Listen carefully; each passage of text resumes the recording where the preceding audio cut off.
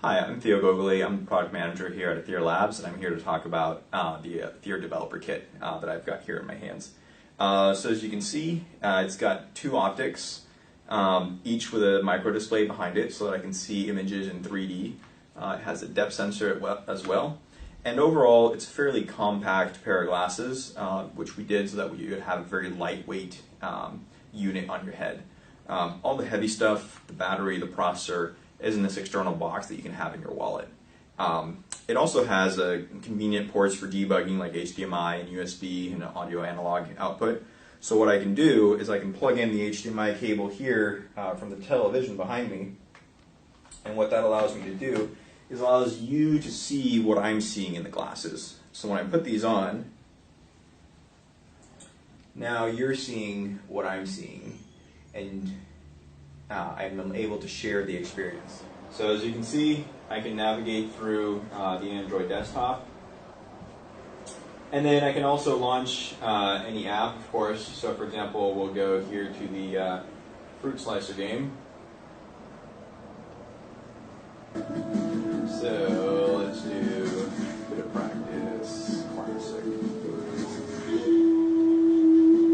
And so even though this is a 2D application, I can interact with it in 3D, so it's seeing the gestures from my finger, and that's how I'm masterfully, or not, slicing fruit.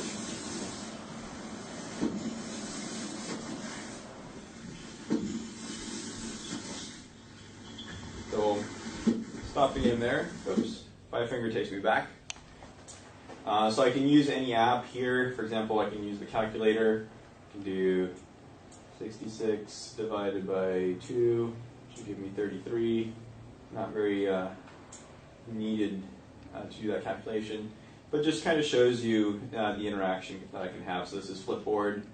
I can navigate my Flipboard app just as I would on an Android tablet, except here I'm doing it in the air, and if it weren't for the HDMI cable that's connected to the TV, I would have complete privacy as to what I'm viewing within the applications.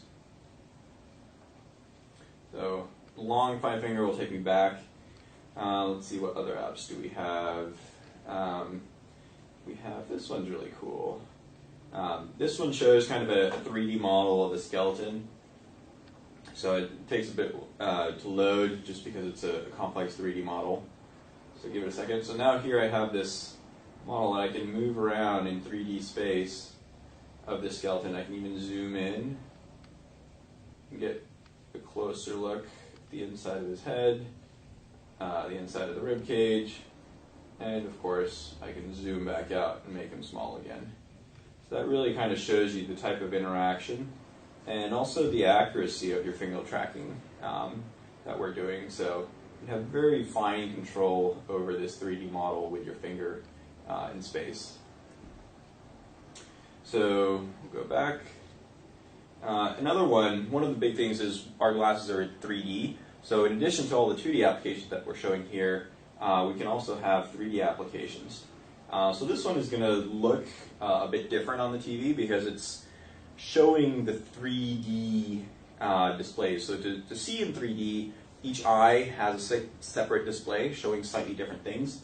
So what you see on the left half is what my left eye is seeing, what you see on the right half is what my right eye is seeing. And when I look at it through the glasses, my brain reconstructs the object in 3D.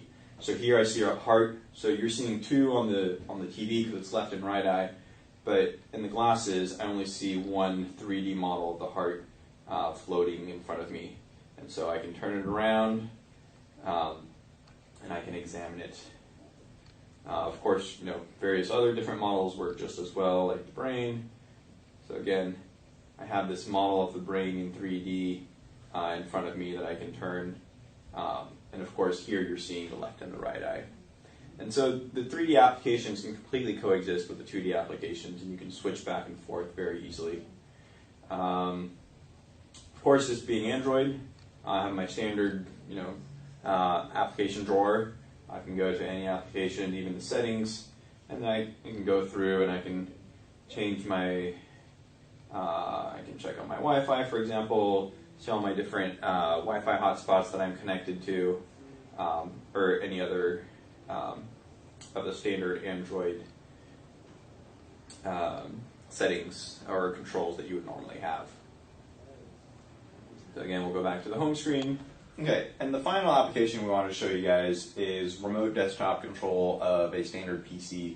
So here we have a laptop running Windows 8, and using the Splashtop application that I have on my developer kit, I can connect to it remotely over Wi-Fi. This is Alan's Windows PC, so I can connect to it and I'll be able to control it just as I would if I had a standard